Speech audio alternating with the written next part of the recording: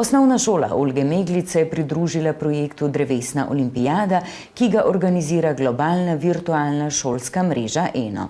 Slogan Hitreje, višje, močneje poziva šole po vsem svetu, da sadijo drevesa in da skupnimi močmi do leta 2017 posadijo 100 milijonov dreves.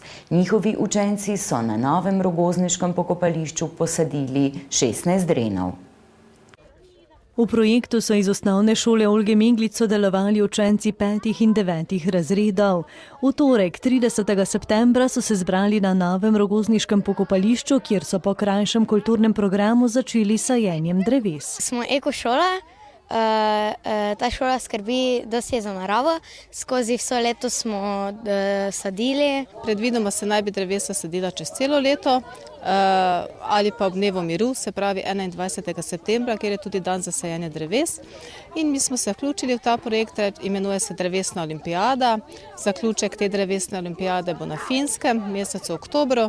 Projekt so podprli na javnih službah Ptuj. Otrokom so pomagali z drevesnimi sadikami, pripravo prostora za sajenje dreves in pripravljalnimi deli. Ideja se mi je že v začetku zdela zelo zanimiva, predstavljena strani gospe ravnateljice in seveda glede na to, da združuje tako na eni strani neko interes, željo mladine, da se aktivno vključi v ohranjanje narave, da gre v osnovi pravzaprav predvsem za to, da varujemo svoje okolje, da skrbimo za njegovo trajnostno ohranitev.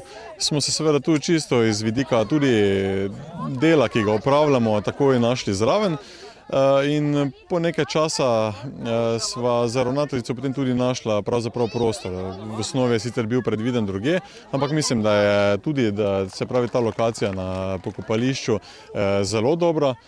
In kot vidite, tudi se otroci zelo ob tem zabavajo, pa še ostalo jim bo nekaj za spomin. Mi smo vsem prišli z namenom, da posadimo drevesa, zato ker so ona za nas pomembna, zato ker nam dajo kisik za življenje in zato ker jih preprosto imamo radi in nas združujejo. V okviru projekta je potrebno saditi samo drevesa lokalnega izvora. Posadili smo 16 drenov.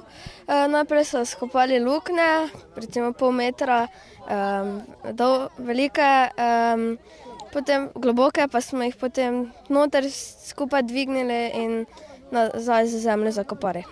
Otroci so z navdušenjem sadili drevesa, ki jim bodo ostala v trajen spomin na ta dogodek. Sicer pa je v projekt Drevesne olimpijade skozi najrazličnejše aktivnosti povezanih preko 10 tisoč šol iz 157 držav.